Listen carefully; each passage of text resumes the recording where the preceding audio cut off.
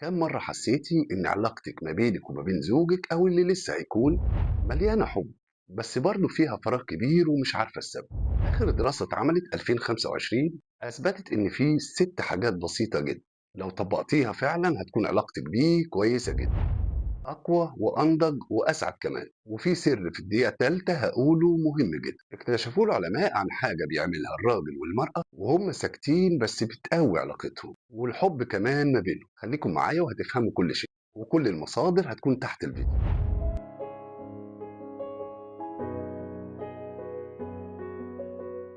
معاكم حسين إمام مركز كل محتوايا عن العلاقات العاطفية والأسرية. لو أول مرة تشوفوني ما تنسوش متابعة بقى ومشاركة ولايك للمقطع عشان توصل لكم النصايح أول بأول. وفي نهاية كل سر هسألك سؤال، وفي كل سر هقوله هقولك تسألي سؤال تكتبه لي في تعليقات، وطبعا هرد عليه. أول سر هنا هو إنك تسمعيه بجد، يعني تسمعي قبل ما تتكلمي.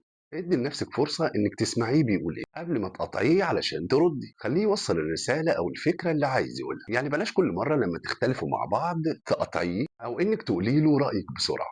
الدراسات اثبتت ان الواحدة اللي بتسمع جوزها اكتر ما تقاطعه او شريك حياتها عموما بيزيد رضا الرجل عنها بنسبة 55%. انت متخيلة ده في حاجة واحدة بس؟ زي واحدة كانت بتحكي وبتقول إنها كان عندها 28 سنة، قالت اكتشفت إن 90% من خناقاتها مع خطيبها كانت بسبب إنها كانت بتقاطعه في الكلام. فجربي كده إنك تسمعيه 60 ثانية من غير مقاطعة وهتلاحظي الفرق بجد. سؤالي هنا ليك، جربت قبل كده تسكتي وتسمعي للآخر؟ اكتبي لي في التعليقات.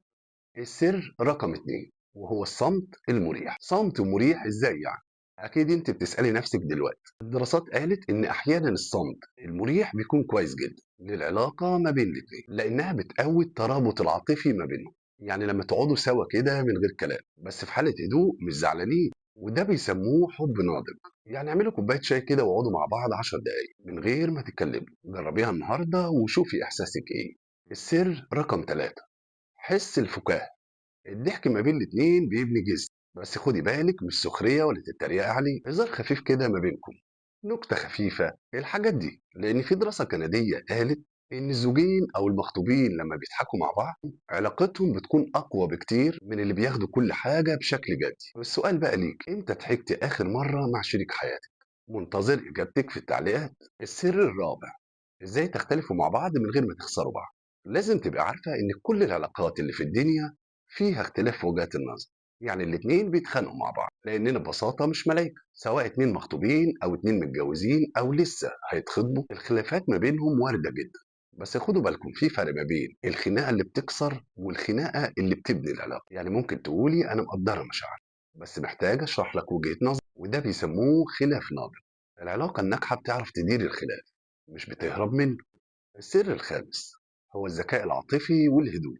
خدي بالك لما تتنرفزي عقلك العاطفي بيتكلم، يعني مفيش مانع أبدا وبدون أي تريقة أو استخفاف خدي نفس عميق وعد ال5 وقولي لنفسك أنا مش هرد دلوقتي، هستنى لما أهدى وأتكلم.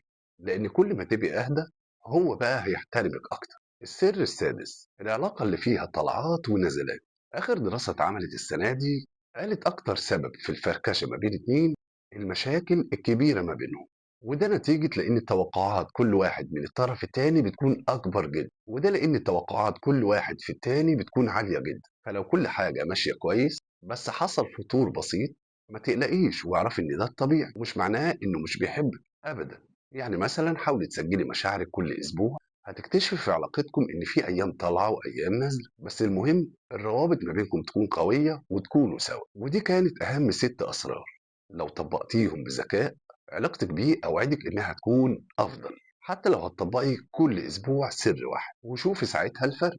اكتبوا لي بقى في التعليقات أنهي سر حسيتي إنه ناقص في العلاقة ما بينك وما بين زوجك أو خطيبك أو اللي لسه هيكون، ونفذت فعلا أنه سر فيهم من قبل ما أقول الفيديو ده. ولو عجبكم بقى الفيديو ما تنسوش تعملوا لايك ومشاركة علشان غيركم اللي محتاجين فعلا الكلام ده. وما تنسوش بقى تعملوا متابعة علشان النصايح اللي جاية، لأن كمان الفيديو الجاي مهم جدا.